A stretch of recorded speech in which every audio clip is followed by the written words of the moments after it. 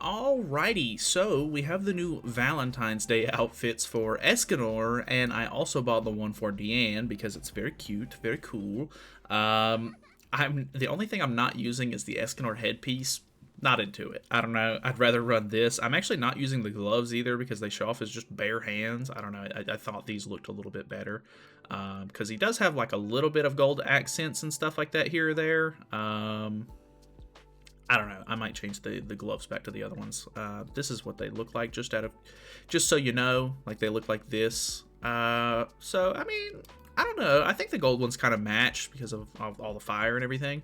But I have absolutely tanked my my PvP rankings because of the King showcase that we did.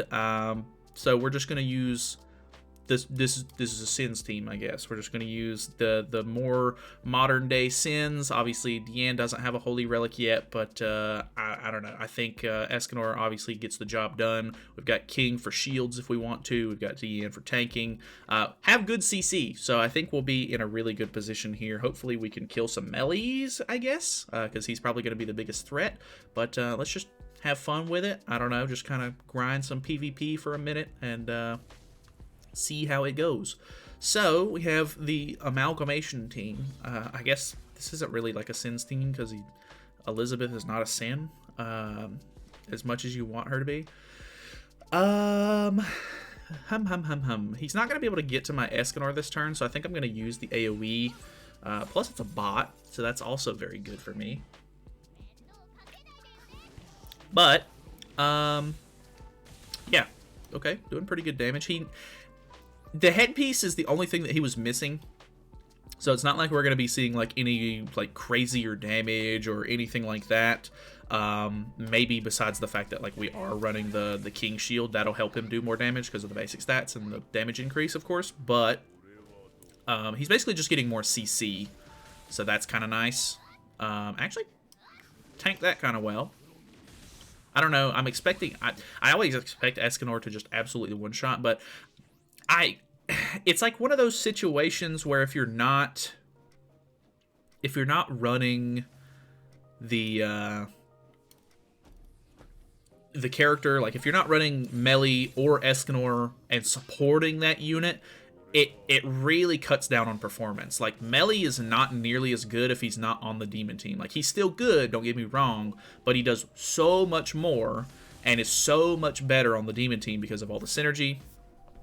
Escanor doesn't necessarily have like a specific team to be ran with, but if you pair him with Gowther to rank him up so his cards are higher tier, those are obviously going to do more damage. If you run him with Ludociel, for example, lowering the enemy's defense related stats, that's obviously going to make him do a lot more damage. Just supporting your main DPS, I think, is a way better idea. I don't know, people seem to have this like I always see people run just like tons of DPS. I don't really understand the thought process behind that. Like in my opinion, yes, you can just brute force some matches, but a well designed team that synergizes with itself is going to be way harder to beat than just a bunch of DPSs that are all supporting themselves and not each other. You know what I mean? Like, I guess that's like the beauty of team building in this game.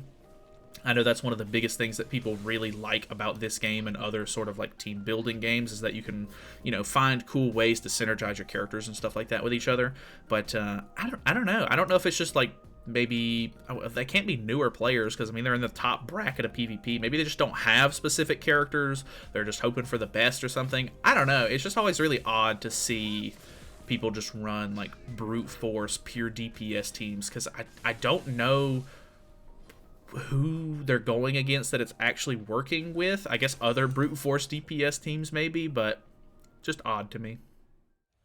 Alrighty. Ooh, we have a Fraudrin team, which is very interesting. I'm willing to bet we can kill Fraudrin and knock Escanor down. So let's go double. And we pulled a level 2, so that also helps us quite a bit. So luckily, I don't think Fraudrin heals at all, so that's also something good that we've got going for us there. Wondering if we'll do enough damage here to kill Gowther, I kind of doubt it. Yeah, kind of close though. Honestly, not too bad. Now my biggest issue is that he can rank up and then use a level 3 card. Or not a level 3, but like he can use the AoE card, which will do really well. So that's definitely like the biggest issue with running a team like this. But I don't know, maybe my shield's not going to tank too much here. The AoE from Escanor actually breaks through King's shield relatively easily. So, okay, that didn't get through to us at all, which is really good for me. He does rank up. He is going to use an AoE here. Was this a level 3? Oh, Lord.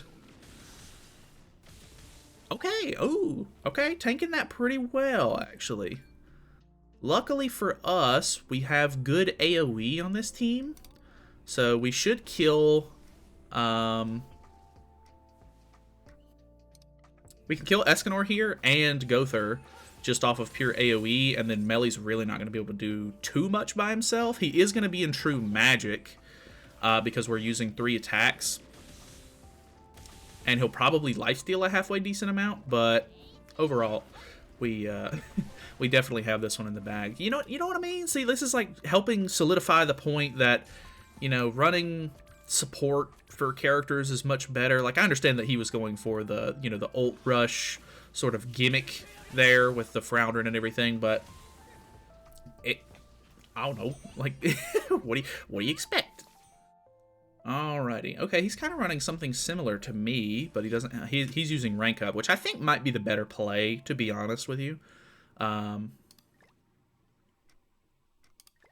But it kind of is what it is. Let's go for the normal turn 1 for us. We'll see what we need to do next turn.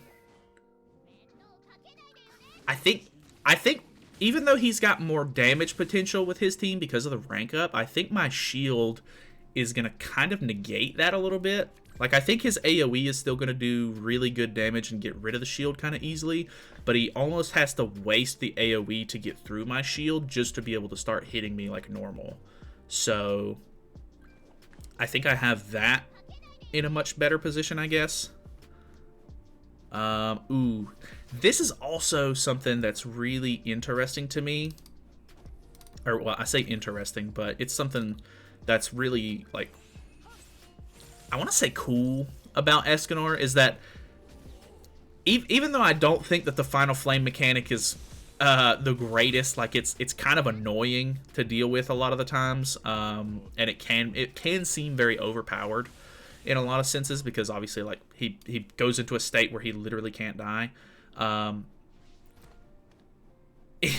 You can play into that and just rank up and then have this gold AoE card, like I'm assuming he has, and use that to try to, like, last resort wipe, or if depending on, like, what units you have left on the team. Like, this is going to do a lot.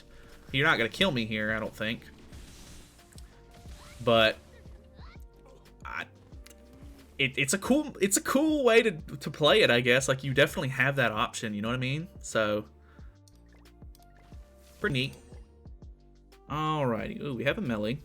I feel like I'm going against all the teams that I would have preferred to go up against with King, but I guess it is what it is. I mean, you never know who you're going to go up against, really. So we'll just do our normal turn 1. See how it goes. He has Margaret on the team, which is kind of interesting. I wonder if he's running that because of the new King, just to try to be able to cleanse and stuff like that. I feel like that's kind of an odd decision. The fact that he evaded my shield there is a little troublesome, I guess. But I mean, it's not the worst thing in the world. Got a level 2, got another AoE, 2-turn taunt. Buffing damage on Meli could be interesting. I really don't see Margaret at all in the meta right now, just because fairies are kind of non-existent right now. Really, I mean, I'm always surprised that AoE does so little damage without true magic. It really throws me off sometimes. Let's just go for this to get rid of Diane.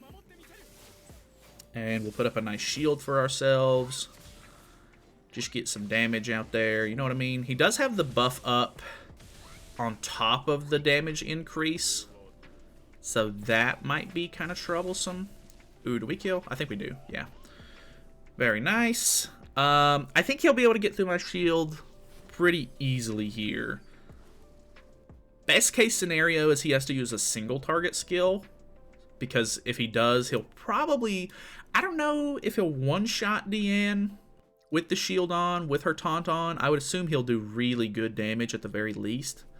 But if he has an AoE, he'll probably shred through everybody's shield and do a little bit of damage to everybody. I don't really see this going insanely well for him. Yeah, I mean, alright damage to everybody, but not super crazy. We have another nice king card, which is kind of cool. Actually doing pretty good damage with that, even though he doesn't, like, he's already used true magic at this point. He does block himself, so that's kind of nice for me.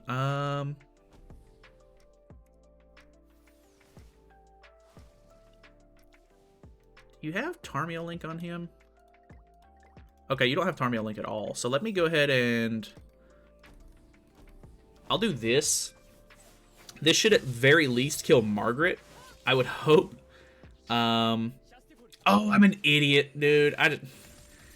He's going to cleanse now and then be able to ult me. That was a really big misplay. I should have either just not attacked or, I don't know, anything else, really. That was... there's so much to worry about with this young man. I say young, he's like 3,000 years old, but... Which, he doesn't have any support. Like, he's not running the demon team or anything. Ooh, that actually broke through pretty easily. He's got the damage increase from Margaret, though. Dude, like 0 damage to Escanor, though. Kind of awesome.